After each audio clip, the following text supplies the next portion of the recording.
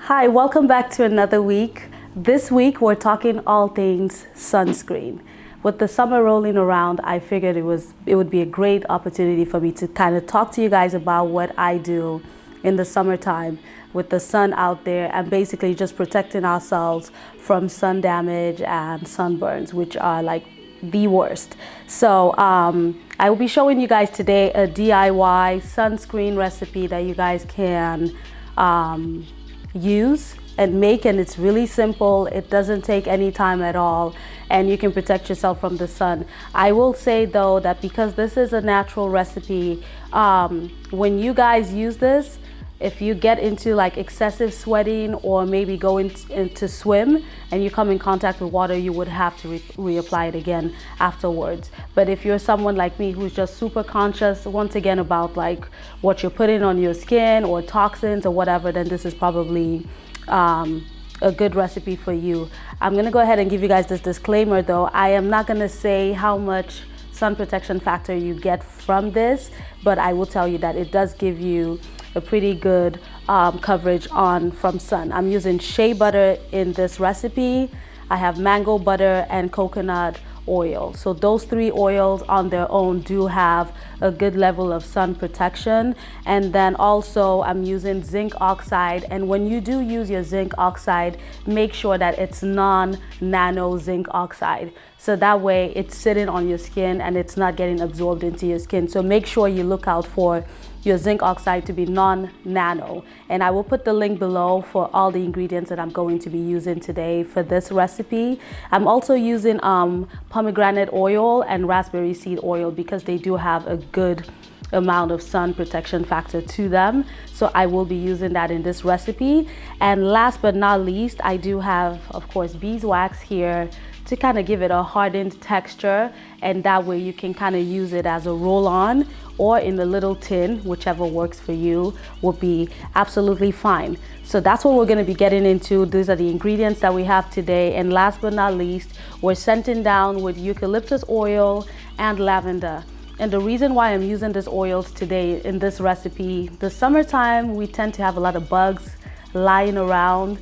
So these are natural oils that are good for repelling bugs away. Eucalyptus is good particularly for that. Lavender is also another good oil. So I'm making a combination of that. So you get your sun protection and you get to keep the bugs away. That's amazing. So, all right, let's get into this. And yeah, this should be pretty quick. It shouldn't take you any time at all to do this. So you just have a pot. For me, I'm doing a double boiler. I'm gonna have this on. I'm gonna turn this on right now. And then basically I'm gonna put all my ingredients in here that need to get melted down and just put that in there. We'll do the beeswax first, only because that takes a longer time to melt. So I like my beeswax to be on the bottom first. So that way that gets like direct contact with the heat. Perfect. All right, now we're going to add the shea butter. And this recipe makes just about 4 ounces of product. So, and I'll have all that information in the link for you guys. There's the mango butter. Put that in. And so I'm gonna start by melting these ones down first. I'm just gonna sit this in my pan and give it about 20 minutes until all the oils melt down. Now you don't wanna let this sit too long to where your oils get burnt. So just enough for the oils to melt down, because you don't wanna burn your oils and lose the qualities of what your oils can be. And the good thing about this, you can actually use this as a moisturizer, obviously, because of the oils that we're putting in there. We'll do the coconut last because coconut doesn't take a long time to melt. So once these are almost liquidy, then we'll add in all the other oils. All right, so we've melted down. If you guys can see, we have this completely to an oil consistency. So I'm now going to scoop in my coconut oil, and the orangey looking thing you see in there is vitamin E oil, which would also help to make this not go rancid and give it a longer shelf life with the added benefits of the vitamin E, obviously. So I'm gonna let that melt down, and I don't need my heat too high, so I'm just gonna turn this down because I'm technically done with the heat, so we just need to leave that on.